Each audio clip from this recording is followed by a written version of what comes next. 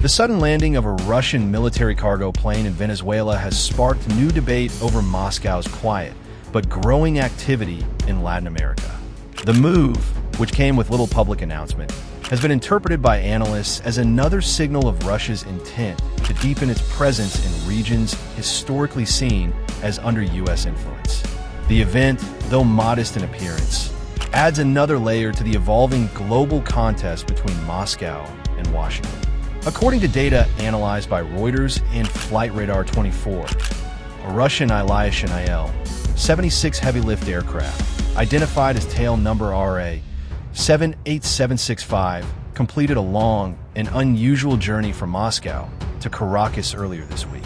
Instead of passing through traditional European or North Atlantic routes, the aircraft avoided Western-monitored airspace entirely. Its path went through Armenia, Algeria, Morocco, Senegal, and Mauritania before crossing the Atlantic Ocean. Aviation experts told The Guardian that such a route was clearly designed to prevent NATO tracking or potential interception. The Il-76 is one of the Russian Air Force's main transport workhorses, capable of carrying large amounts of cargo, troops, or even vehicles. Given its capacity and secrecy, analysts suspect that the plane's cargo was not humanitarian. As The Guardian and BBC News both noted, its likely contents could include radar components, military electronics, or maintenance parts for Venezuela's existing Russian-made defense systems, particularly its S-300 and Sukhoi jet platforms. Venezuela and Russia have shared close military ties for years.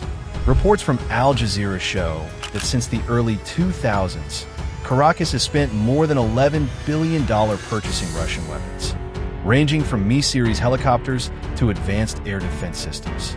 Russian defense technicians have also worked inside Venezuela to maintain and train local personnel. These long-standing defense deals have kept the relationship active, even as both countries face international sanctions and economic isolation. This latest arrival echoes a similar event in 2019, when two Russian military planes landed in Caracas, carrying roughly 100 soldiers and technical staff. At the time, the Associated Press reported that Washington strongly criticized the deployment, calling it a deliberate provocation.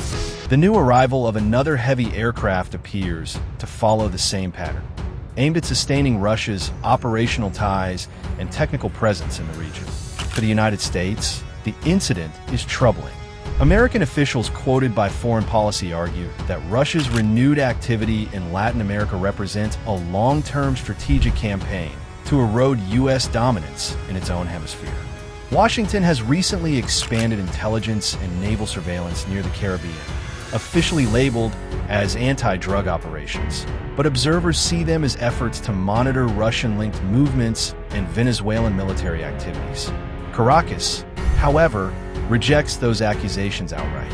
Venezuelan Defense Minister Vladimir Padrino stated through Telesur and Reuters that the United States is fabricating threats to justify interference.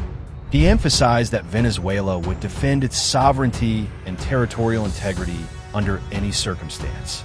His remarks reflect a tone reminiscent of Cold War rhetoric, as Latin America again becomes a stage for power politics between rival global forces. For Moscow, this move is about more than symbolic presence. Under pressure from Western sanctions following the Ukraine conflict, Russia is now demonstrating that it can still reach far beyond Europe and assert influence in multiple regions. BBC News analysts described this strategy as a message of resilience, showing that Russia is not isolated but instead capable of extending its military and diplomatic footprint globally, even amid economic hardship. Some defense observers believe that this operation also highlights Russia's new logistics network linking Africa and Latin America. Following reports in Foreign Policy about the Kremlin's restructuring of Wagner fighters into a new Africa Corps, analysts have suggested that Moscow is now connecting its operations between African territories and allied nations in Latin America. The Il-76's multiple African stopovers may have served both refueling and coordination purposes, pointing to a broader geopolitical design.